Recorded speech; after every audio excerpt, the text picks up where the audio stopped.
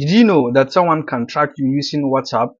In this video, I'm going to show you how to detect and know if someone is tracking your live location using WhatsApp.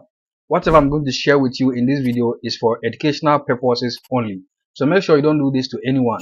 It is not worth it. Now let's get started. Open your WhatsApp and go to settings. If you are using an iPhone, you can find the settings right here at the bottom right corner. If you are using an Android phone, you can find the three dots usually at the top right corner. Click on it and go to settings. Once you are on settings, scroll down and locate privacy. Click on privacy and scroll down and locate live location. So as you can see, it says one chat. So let's click on it and see. So as you can see, I'm currently sharing my live location with Rashid.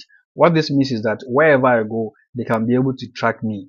What someone can do is that they will take your phone and they will share your live location with them and they will delete the message. So you wouldn't know that you are sharing your live location with them. So make sure that once in a while you come to this setting and check if there's anybody you are sharing your live location with.